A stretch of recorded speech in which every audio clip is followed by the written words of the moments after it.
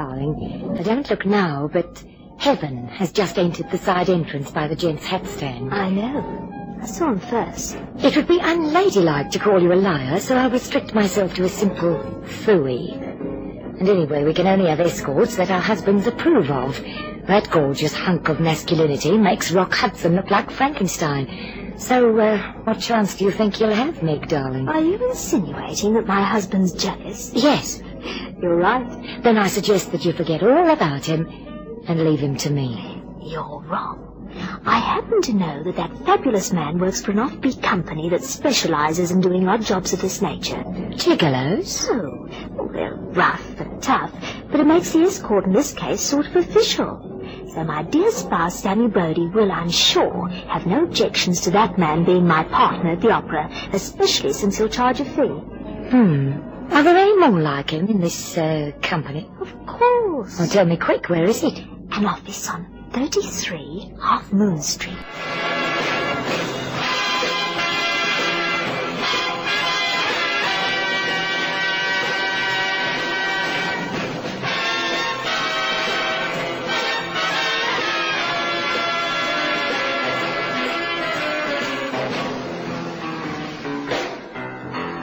Sammy Brodie's Magnum Opus.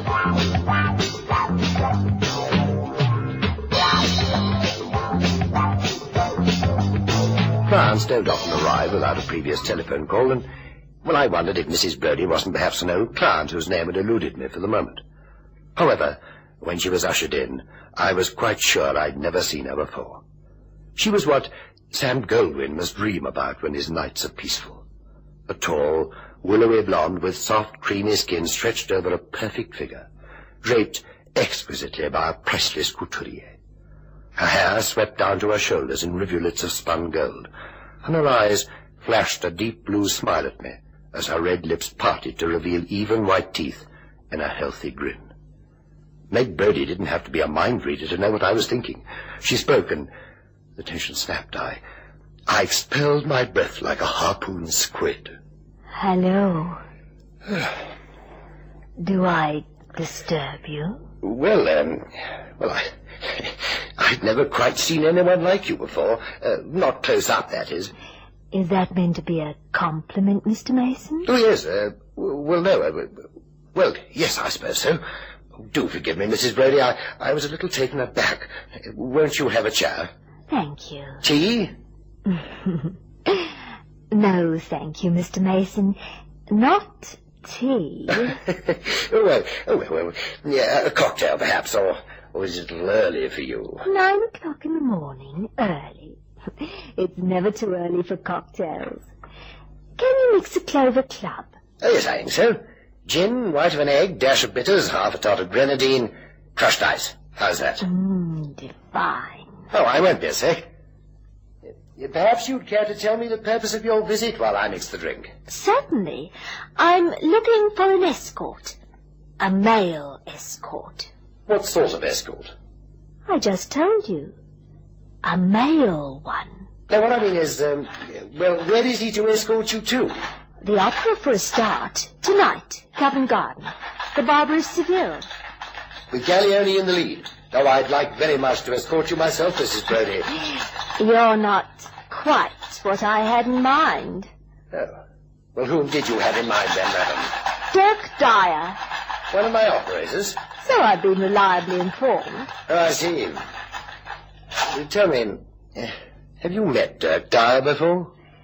No, but I've seen him. Oh, that will do perfectly. Thank you. Cheers. Cheers.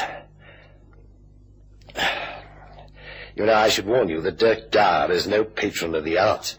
I want a man, not a maestro. Oh, well, in that case, you've probably chosen wisely. Dirk Dyer is certainly a man. Of course, all my operators have the right to refuse any assignment. What I mean is, Dyer might not be too happy about the opera. He'll be coming with me. Oh, yes, of course. Oh, you can rest assured that there'll be no complications as far as Dyer is concerned. Tell him I have a private box. I rather fancy that he'll require no more inducement than that supplied by his big brown eyes. What time and where, Mrs. Brodie? Call me Meg. Everyone does. Even my husband. Yes, your husband. You are still, well, what I mean to say is... Yes, I'm still married. I have my husband's permission to gauge an escort, preferably a professional one, which is why I came to you. My husband never goes to the opera, you see. Were you introduced to us, Mrs. Brodie? Meg, I don't recollect ever having worked for your husband before. Oh, I should hope not. My husband, Mr. Mason, is the infamous Sammy Brodie, notorious muscle man and international gangster.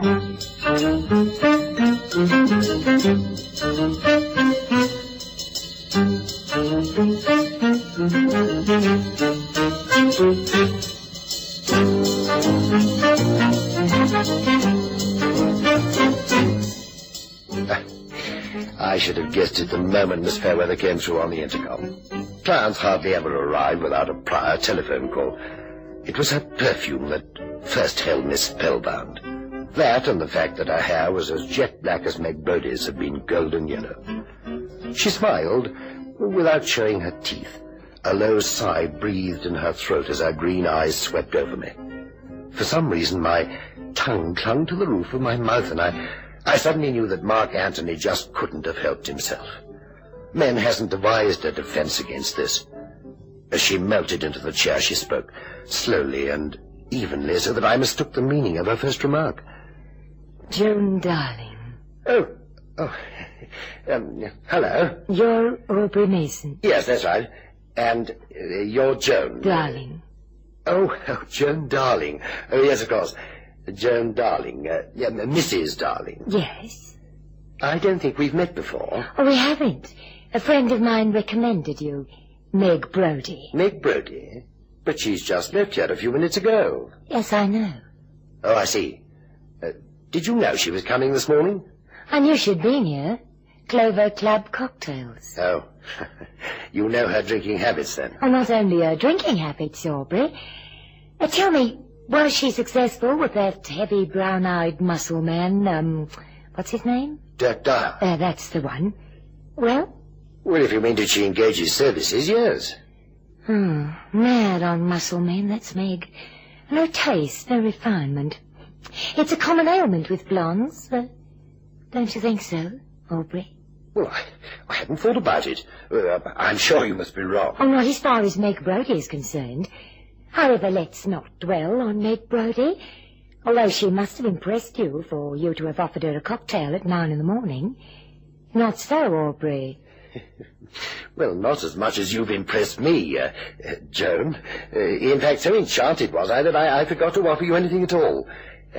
If I mix you a Clover Club, will you forgive me? Not for a Clover Club, but for a dry martini. Well, an amnesty. In 2 shakes of a lamb's tail. Don't you want to know why I came? Well, I didn't offer a cocktail, actually. I offered her tea. She declared a preference for a cocktail and asked me if I knew how to prepare a Clover Club. I suspect she was trying me out. The pig. But then blondes are always trying something on, even if it's only in a dress shop. You didn't answer my question. Well, I don't need to.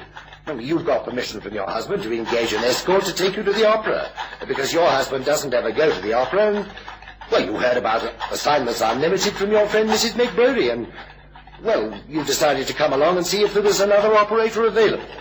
Wrong. Wrong? I came along to see if you were available. Well, Aubrey? What? Oh, yes. yes, of course. An honor, Mrs. Darling. Either use Joan or drop the missus. You even guessed how much. Cheers. Cheers. Delicious. I think I'm going to enjoy this evening. Well, I'm sure I am. How simply marvellous to have a gentleman for company for a change. I'm married to a gorilla, Aubrey. Oh, then your husband is also a gangster, like Meg's, I mean. Oh, she told you? Yes, mine too. But you do have permission. Well, not really, no. No, I think it would be truthful to say that I definitely do not have permission. Well, then do you think it's wise? I mean... Wise? Oh, yes, Aubrey. My husband is the celebrated Fingers Darling, professional embezzler. Oh, no, really? Wanted by the police on 2 continents. Nobody knows where he is. Not even you? Of course I know where he is. At the moment he's in, South America somewhere. South America? Well, I mean, that's a long way, Mrs. Joan. Yes, isn't it, Aubrey? Would you like another cocktail? I'd love one. All right, Fingers, you can open up. It's me, Sammy. Sammy, Brodie? Well, it ain't Sammy Davis Jr. Oh, I'll have you a minute.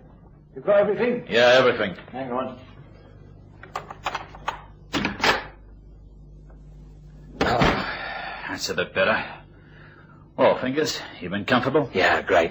Did you bring the champagne and Kevy? Yeah, right there in the bucket. Now, where'd you eat that stuff? There's half an ox in the deep freeze. When you got $500,000 stashed away like I have, you get used to the good things in life. Like, Joan, for instance? You ain't got a bad propsy yourself, Sammy. The only difference is you can get to seeing yours. Yeah, I know how you must feel, Fingers. And, well, I'd like to help you out, believe me, but you must see how it is. I can't have anyone outside the mob know the existence of this hideaway. You must admit that with the exception of Popsy's, it's some hideaway. I admit it, yes. Luxury flat hidden inside an East End garage. Yeah. Only you could think of a thing like that, Sammy. Well, you get stuck into the cavity, well, I'll give you the griff. Yeah. Did you see Joan? No, I didn't, but Meg did. How is she? Oh, great, just great. Cool, if only I could leave here for one night. Just one night. Well, you will be leaving tonight. Hey? Well, the fairy godmother granted your wish. You mean the job's on tonight? Yeah, it's just what I do mean. Now, you listen here. My wife Meg is going to the opera tonight with another fella, see? Now, don't get it wrong. I'm stacking up an alibi for tonight that I'll be out of town in the Midlands. Oh. Meg going to the opera with another bloke adds up to it, huh? Oh, yeah. Well, no Parker'd be crazy enough to filch my Popsy if I was in town. Yeah, mine neither. Well, yours doesn't come into it, does she? She spread the rumour around that you're in South America, and the peelers are beginning to believe you really are. Anyway, you're as safe here as you would be in South America. Except that I can't see Joan. Oh, no, not that again. Can't you be patient? Oh. There's $500,000 in this for you if you play it right. 20 years inside if you play it wrong. Oh, I know you're right, Sammy, but... God, if I could just see her once. Yeah, you already said that. When you get to South America, you can send for her. Now, tell me about the arrangements. Well, we spring the mob from Pentonville at 10:30 sharp. Why so early? So that your seaplane can be well out over the Atlantic before dawn. Oh, yeah. And there are 3 of us going with you, and they have to come from the pen, get down to Leon Sea, pick up the motor launch, and cruise out to the plane. Yeah. She's lying off the roads over from the artillery target practice area, and we're hoping that when she starts up, any snooper will reckon she's a military plane. Get it? Yeah. If anything goes wrong, though, we'll have a hard job finding you out over the Atlantic in the pitch dark. All right? Sounds all right. And you say Meg is out with some other fella? Only to the opera, Fingers. Just the opera. You know, I can trust my Meg, Fingers. I wish I could say the same for Joan, Sammy. I wish I could say the same. But if I ever did catch her with another fella, I'd slit his throat from ear to ear. Ear to ear, Sammy. I unashamedly confess that I was overboard for the darling woman. Reflecting on her and the golden blonde Meg Brodie, I wondered how such delectable creatures could wind up as gangsters' moles. But of course it was money. I remember the newspaper story about Fingers Darling. He was one of the Harrow bank robbers and wanted by the police. The rest of the mob were behind bars, 3 of them, and the story was that they got away with a cool $2 million. Only Darling was at large, and he was said to be in South America. Indeed, I genuinely believed him to be there, since his own wife had told me as much. 2 hours to go before I picked up Joan Darling at her flat. I found myself wondering what she was doing.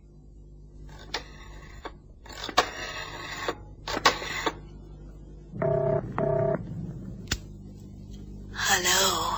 Meg, Joan here. Joan, darling. Meg, you're purring like a kitten. Am I pet?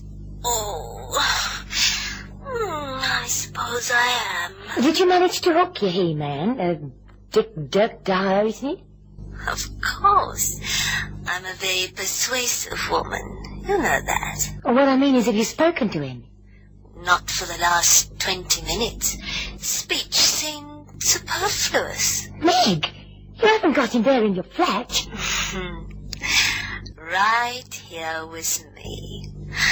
Oh, he's Adonis, Paris, Hercules, and Gregory Peck all rolled into one. Oh, careful, Meg, precious. Sammy wouldn't like that. Sammy's in the Midlands. Oh, you know that's only a front. But an important front. He mustn't be seen around here for today, at least. Sammy's got $1,000. Oh, now you're being theatrical or jealous. The creature's stirring. I must ring off. I think he's going to wake up. Goodbye, dear. Good luck. Got everything, Fingers? Yeah. The rope's nylon, though. Don't look too strong. It's twice the strength of them. I hope you're right. That wall's 60 feet high, you know. Don't worry, you'll be okay. Let's run over the routine. We've got a few minutes. All right. The cylinders of the L gas have already been smuggled into the pen. Uh-huh. There's 12 of them placed around the prison, and at 10:30, 12 trustees will set them off. All right. In 2 minutes, every man jack in the prison will be sleeping his head off, even those who don't mean to go to sleep. Except for the corner wall guard. He's in the open, in the fresh air. I'll fix him on the wall. Yeah, with chloroform, Fingers, not with a knife. What does it matter as long as he's fixed? It matters a lot. We don't want a murder rap hanging over us. Yeah, all right. I'll use chloroform. I just hope it's enough, that's all. Yeah, so do our Fingers, for your sake. Now, do you want to take a look at the route? No need. It's all in me noggin. Know it off by heart. Yeah, well, just check the last part. We wait in the car at the top end of Argyle Street off the Gray's Inn Road. Yeah, it's the most important part. Nobody'd ever guess that we'd take that route. The top end of Argyle Street, remember? Off the Gray's Inn Road. Let's go.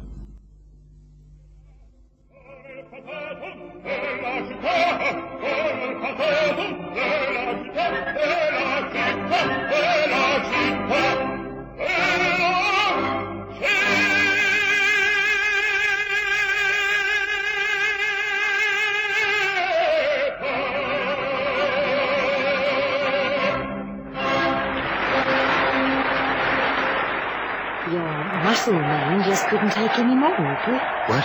Oh, I'm sorry. I was engrossed with Gallione. Well, I suppose it is possible to have too much culture. I'm sorry. I've been neglecting you. Oh, on the contrary, Aubrey. This afternoon was wonderful. I was referring to your operator, Dirk Dyer. He's left the opera. Dyer? Just this minute. Look across, their box is empty. Gallione is a far cry from Elvis Presley. Dyer is a Beatles fan. I want to be cared about them. Oh, not a fig. I mean, unless your operator has some further use for you.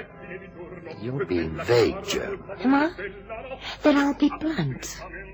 Meg Brodie got permission from her husband to hire an escort for the opera. Just the opera. I happen to know that your man, Dirk Dyer, has performed his duties rather overzealously. Granted, a little perspicacity and acumen is a good thing in any enterprise, but if that great gorilla Sammy Brodie ever found out that Dirk Dyer called at 3 for a 7 o'clock date with Meg, he might start to snort. If it just happens to be mentioned to him that the escort left before the performance was over, he might bellow like a bull. And Aubrey, Mr. Sammy Brodie is an awfully vindictive and awfully tough gangster. You mean I have to leave this delightful opera to play nanny to that great hunk of a man Dyer? Or better a nanny than a pallbearer. So, or perhaps we can come again. Any time after the lists. Lists? You know, that sounds like a medieval joust. The passenger lists on aircraft arriving from South America. I check them every day to see if my devoted husband has braved the tentacles of Interpol to be by my side. But would it be wise for him to return? It would be plain foolhardy. But men are often fools over women. Not so often. Yes, they are. Well, we better get after Dyer. I simply adore your conceit. Come on, open the box door, darling.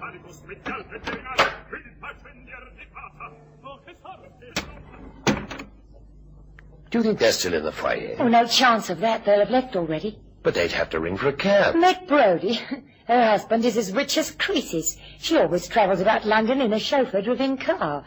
Oh, it has many advantages. No parking problems, no waiting. And, of course, her husband uses it too, so it's probably just as well that it's bulletproof. But would they go back to her flat? Oh, I don't think so. They spent the afternoon there, after all. Both by now must wish for a change of decor.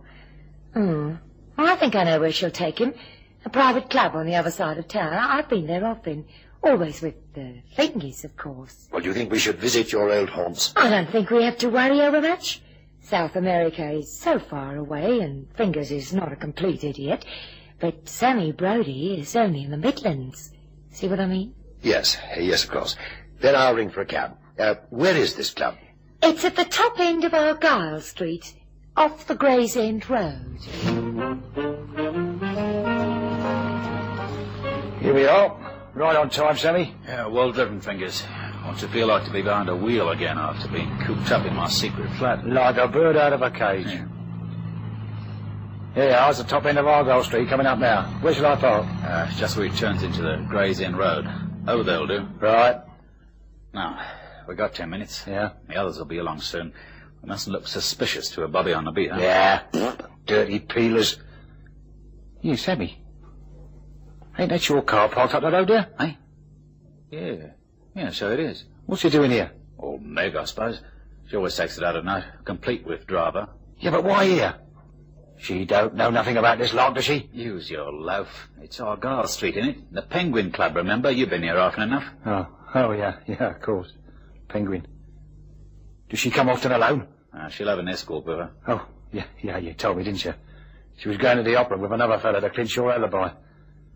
Opera must have come out early. Yeah, I suppose so. Ain't you worried? Oh, why should I be? Well, Meg's a beautiful woman. So's Joan.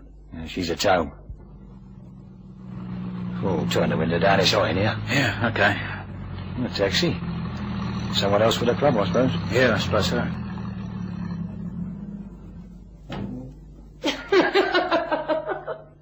Oh, Aubrey, you're priceless. You know, Fingers... Shut up!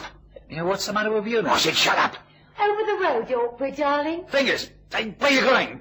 Fingers! Fingers! Look out! He's got a knife! Aubrey, it's my husband. All right, you've got it coming to me. No, you don't! That's the first one. And here's another. And another. You killed him? No, I haven't. He'll just have a sore head for a few days. I wonder who brought him here. They've driven off? Your list system wasn't very effective, was it? No. Such an unreliable place, South America. I'm sure dear Fingers will be much safer in Pentonville prison. Safe from whom? Didn't you know? Well, Fingers was most indiscreet.